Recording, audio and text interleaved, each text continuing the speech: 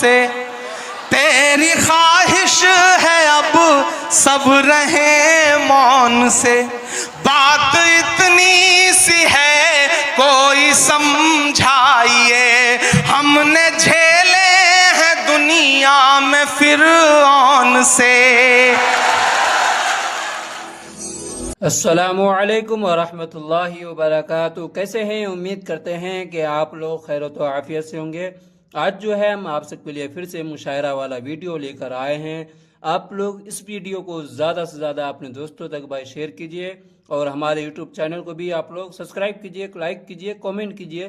चलिए आप लोग बने रहिए भाई इस वीडियो में। पूरा करो, आखिर में डरना बंद करो। हुकूमत ये दिखाना चाहती है कि तुम्हारी चूड़ी टाइट कर रहे हैं इसलिए लोग खुश हो रहे हैं। एक तबका है ना जो इस बात पे खुश है कि तुम्हारी चूड़ी टाइट हो रही है। नहीं, डरना बंद करो। एक बुरा दौर आया है, टल जाएगा। वक्त का क्या है, एक दिन बदल जाएगा। बदल जाता है वक्त। और जो डराने की साजिशें लेके बैठे हैं उनसे बस इतना कह के जाता हूं कि मत समझना डराने से डर जाएंगे। मैंने कहा ना, मैं वीर अब्दुल हमीद की सरजमीन पे खड़ा हूं। मैं ब्रिगेडियर उस्मान से लेकर के डॉक्टर मुख्तार अंसारी की सरजमीन पे खड़ा हूं। मैं राम उग्रा पांडे की सरजमीन पे खड़ा हूं। तो ये मिसरे पढ़ के जाता हूं कि मत समझना डराने से डर जाएंगे।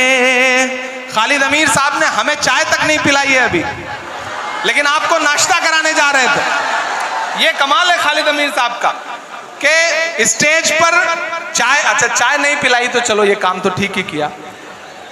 चाय वाला कोई मसला न रह जाए तो ज्यादा ठीक है। देखिए, मैं तो आजकल एक काम करता हूं विश्व विजय भाई, ये तो राजनीतिक आदमी है, कभी कभी इस तरह की टिप्पणियां भी जरूरी है कि मैं कहीं किसी होटल पे, किसी ढाबे पे या किसी भी बच्चे को चाय ला करके सर्व करते हुए देखता हूं तो मैं कोशिश करता हूं कि उसे ले जाके किसी स्कूल में एडमिशन दिलाऊं ताकि वो आगे चल करके मुल्क का भविष्य ना खराब कर सके, वो पढ़े लिखे ताकि। कि मत समझना डराने से डर जाएंगे।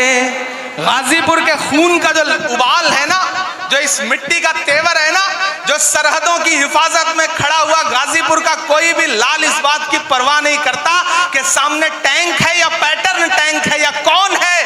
वो अपनी जान की बाजी लगा करके भारत की सरहदों की हिफाजत करता है। मैं उस मिट्टी में खड़ा होकर के आखिर में आपको पुकारता हूं और ये मिसरे पढ़ता हूं, आपकी तालियों के शोर के साथ विदाई मांगता हूं कि मत समझना डराने से डर जाएंगे। अपनी बातें कहना सीखिए, पढ़िएगा तो अपनी बातें कहना भी सीखिएगा। कौन सी बात कहां कैसे कही जाती है, ये सलीका हो तो हर बात सुनी जाती है। मैं जब आया मेंबर ऑफ पार्लियामेंट बनके तो मैं ओथ लेने गया तो मैंने हिंदी में शपथ ली। तो उस समय तत्कालीन उपराष्ट्रपति थे वेंकैया नायडू जी। उन्होंने मुझे बुलाया अपने चैम्बर में और बुला के मुझसे कहा कि मैंने बहुत दिन बाद किसी युवा को इतनी शुद्ध हिंदी बोलते हुए देखा। तो मैंने कहा सर मैं हिंदी साहित्य का विद्यार्थी हूं। तो वो और चौंके, बोले तुम तो शायर हो। मैंने कहा ये कितना खूबसूरत कॉम्बिनेशन है कि मैं इलाहाबाद विश्वविद्यालय में गंगा और जमुना के तट पर बैठ करके मैंने शायरी और कविता लिखनी सीखी है। जहां संगम होता है जो नदियों का, वहां पे साहित्य का संगम होता है। मैं उस मिट्टी से आया हूं, इसलिए इस सरकार की सारी खुराफातें समझता हूं और उसको इसी भाषा में जवाब देने का हुनर भी जानता हूं। एक दिन महिला सशक्तिकरण पे बात हो रही थी तो मैं खड़ा हुआ बोलने के लिए। तो मैंने कहा यत्र नार्यस्त पूज्यन्ते रमन्ते तत्र देवता। जब मैंने संस्कृत का सूत्र वाक्य सुनाया तो भाजपा के एक नेता बाद में मुझे सदन खत्म होने के बाद मिले, बोले इमरान आप संस्कृत का श्लोक सुना रहे हो। मैंने कहा इसमें कौन सा कमाल है भाई, मैं हिंदी साहित्य का पढ़ा हुआ हूं। अभी तो मैंने एक श्लोक सुनाया है, आपने महिलाओं के खिलाफ अत्याचार बंद नहीं किए तो और भी श्लोक सुनाऊंगा आपको। तो आपको शिक्षित इसलिए भी होना है कि दुनिया को समझने के लिए पढ़ोगे नहीं तो कैसे आगे बढ़ोगे। इसलिए मेरी गुजारिश है भाइयों और खास तौर से युवा साथियों कि अपनी मंजिलें तय करो, पढ़ो और डरना बंद करो और हुकूमतों से ये कहो कि मत समझना डराने से डर जाएंगे। मत समझना डराने से डर जाएंगे, अब के सारी हदों से गुजर जाएंगे। तैयार रहना तालियां आप बजाने के लिए जो अगले दो मिसरे हैं उस पर। गाजीपुर की आवाम के लिए कहे गए मिसरे हैं वो कि मत समझना डराने से डर जाएंगे, अब के सारी हदों से गुजर जाएंगे, मौत के नाम का खौफ देता है क्यों। तैयार रहिएगा कि मौत के नाम का खौफ देता है क्यों, मौत जिस रोज आएगी मर जाएंगे, मत समझना डराने से डर जाएंगे, अब के सारी हदों से गुजर जाएंगे, कि हमने जमजम दिया आबे गंगा दिया, हमने जमजम दिया आबे गंगा दिया, तुमने भारत को दंगा ही दंगा दिया। और अगले जो दो मिसरे हैं जिन्होंने अब तक हाथ नहीं खोले होंगे उन्हें भी कसम देता हूं, अगर तालियां रोक पाइएगा तो रोकिएगा, कि हमने जमजम दिया आबे गंगा दिया, तुमने भारत को दंगा ही दंगा दिया, तुमने एक रंग के ख्वाब देखे मगर, तुमने एक रंग के ख्वाब देखे मगर, हमने हिंदुस्तान को तिरंगा दिया।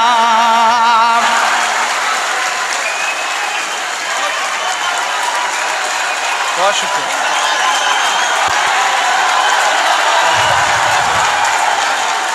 बहुत शुक्रिया। हमने जमजम दिया आबे गंगा दिया। जब जब मुझे लगता है कि आप थक गए तब तब आप मुझे गलत साबित कर देते हैं कि हमने जमजम दिया आबे गंगा दिया, तुमने भारत को दंगा ही दंगा दिया, तुमने एक रंग के ख्वाब देखे मगर, हमने हिंदुस्तान को तिरंगा दिया।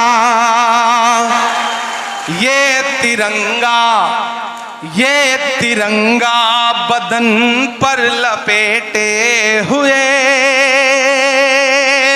ये तिरंगा, कल मैं याद रह जाऊं तो इन मिसरों से आपको याद रह जाऊं कि ये तिरंगा बदन पर लपेटे हुए, एक दिन इस जमीन में उतर जाएंगे, मत समझना डराने से डर जाएंगे, अब के सारी हदों से गुजर जाएंगे। ये तिरंगा बदन पर लपेटे हुए, एक दिन इस जमीन में उतर जाएंगे। और ये मिसरा सुनिएगा कि ख्वाब तू देखने लग गया कौन से, तेरी ख्वाहिश है अब सब रहे मौन से, बात इतनी सी है कोई समझाइए, हमने झेले हैं दुनिया में फिरौन से, कि ना इधर जाएंगे ना उधर जाएंगे, ना इधर जाएंगे ना उधर जाएंगे, बन के खुशबू फजा में बिखर जाएंगे, मत समझना डराने से डर जाएंगे, अब के सारी हदों से गुजर जाएंगे। और आखिरी बंद पढ़ता हूं इस नज्म का कि आंख मूंदे कहां तक गुजरता चलूं, ये तो मुमकिन नहीं है कि डरता चलूं, आंख मूंदे कहां तक, आंख मूंदे कहां तक गुजरता चलूं, ये तो मुमकिन नहीं है कि डरता चलूं। मैं क्या शायर भी हूँ और मुअर्रिख भी हूँ, मैं क्या शायर भी हूँ और मुअर्रिख भी हूँ। जुल्म जितने भी हों दर्ज करता चलूं, आंसुओं की गवाही से लिखता रहूं, खून दिल की सियाही से लिखता रहूं, आंसुओं की गवाही से लिखता रहूं, खून दिल की सियाही से लिखता रहूं। हमने जो कह दिया कह दिया कह दिया, अब ये मुमकिन नहीं कि मुकर जाएंगे। मत समझना डराने से डर जाएंगे, अब के सारी हदों से गुजर जाएंगे। वारिस हसन साहब, खालिद अमीर साहब और पूरी इंतजामिया कमेटी और ख़ास तौर से इस कॉलेज के जो टीचर्स हैं, मैं सबका नाम नहीं जानता, लेकिन मैं उनको खुसूसी तौर पर मुबारकबाद देता हूँ। मैं जानता हूँ कि एक इवेंट करना कितना मुश्किल काम होता है, और इस तरह से जिसमें सियासत के भी रंग हो, अदब के भी रंग हो और कल्चरल प्रोग्राम भी हो, उसे संजोना बहुत मुश्किल काम होता है। लेकिन खालिद अमीर साहब का मुबारकबाद के ये मुझे बुला के नहीं लाए, ये मुझे पकड़ के लाए। मतलब मैं ये जुमला इस्तेमाल कर रहा हूँ, एक होता है पकड़ के बुलाना। मैं लंदन था और दिन में 3 फोन इनके इस बात के आते थे कि आपकी फ्लाइट कब लैंड करेगी, आप देर ना कर दें, फ्लाइट डिले ना हो जाए। मैंने कहा इतना परेशान मत होइए, इंशाल्लाह गाजीपुर वालों से एक जज्बाती रिश्ता है तो मैं उस रिश्ते को निभाने के लिए जरूर पहुंचूंगा, चाहे जैसे पहुंचूं। मैं आपके बीच में हाजिर हुआ, यहाँ जो आवाम बैठी है और स्टूडेंट्स जो बैठे हैं उन सबका बहुत शुक्रिया अदा करता हूँ। मैं महाराष्ट्र से मेंबर ऑफ पार्लियामेंट हूँ, तो अपना बजट यहाँ कुछ नहीं दे सकता, ये मेरी एक मजबूरी है। अगर मैं उत्तर प्रदेश से मेंबर ऑफ पार्लियामेंट होता तो मेरी कोशिश होती तो मैं 1 साल का पूरा 5 करोड़ इस इंस्टीट्यूशन को दे देता। लेकिन मैं ये एक वादा आपसे खालिद अमीर साहब ये करता हूँ कि आप दिल्ली आइए, चूंकि मेरी कलम यहाँ के लिए फंड नहीं दे सकती, मैं सिर्फ महाराष्ट्र के लोगों को फंड दे सकता हूँ। लेकिन ऐसे कई राज्यसभा मेंबर ऑफ पार्लियामेंट हैं जो हमारे साथ उत्तर प्रदेश के हैं और हमारे साथ हैं, हम उनके कहीं काम आ जाते हैं, हम उनसे कोई काम ले लेंगे। तो आप आइए, जिस तरह से एक हॉल यहाँ पे आपने बनाया है गर्ल्स ब्लॉक के लिए, बच्चियों की तालीम के लिए, और भी कुछ आप करना चाहते हैं तो मुझे बताइए। मैं खुद भले ना दे पाऊँ, लेकिन फ़कीर सबके लिए इंतज़ाम रखते हैं। मैं इस कॉलेज के लिए कुछ ना कुछ ज़रूर दिलवाऊंगा, ये आपसे वादा कर रहा हूँ। एक ऐसा फंड, एक ऐसी रकम जिससे यहाँ पे कोई हॉल बन सके, कोई लाइब्रेरी बन सके, मैं अपनी तरफ से ये वादा कर रहा हूँ।